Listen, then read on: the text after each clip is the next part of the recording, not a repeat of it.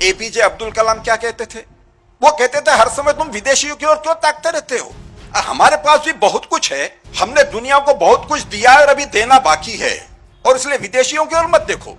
और दूसरी बात वो कहते थे कि हजारों वर्ष पहले से यहां के समाज ने शक्ति की उपासना करना छोड़ दिया था। अब 1000 वर्ष पहले यहां कौन रहते थे?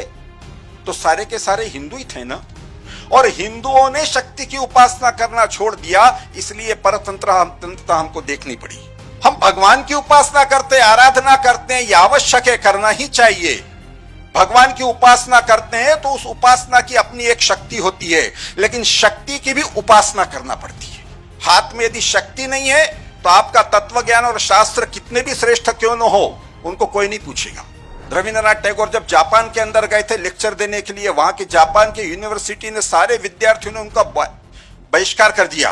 लोग सोच रहे थे कि नोबेल पुरस्कार प्राप्त इतना बड़ा दार्शनिक हमारे यहाँ आ रहा है। वहां के आयोजकों को बड़ी चिंता होने लगी। कार्यक्रम जैसे तैसे हो गया, और बाद में फिर जापान के उन विद्यार्थियों से पूछा कि आप लोग आए क्यों नहीं? बोले किसका भाषण था? रविंद्रनाथ टैगोर नोबेल पुरस्कार प्राप्त भारत के एक दार्शनिक। तो विद्यार्थियों का एक ही उत्तर था कि defeated nation has no its own philosophy. यदि इतना श्रेष्ठ ज्ञान है तो पहले अपने देश को आजाद करो, उसके बाद बात करना हमसे। यानी शक्ति यदि नहीं है तो फिर कुछ नहीं चलता। इसलिए हमारा गीत चलता है कि हम चले थे विश्व भर को शांति का संदेश देने, किंतु जिसको बंधु समझा आ गया वो प्राण लेने।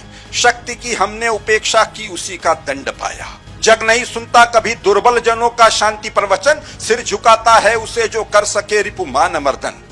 हृदय में हो प्रेम लेकिन शक्ति भी कर में प्रबल हो, यह सफलता मंत्र है, करना इसी की साधना है।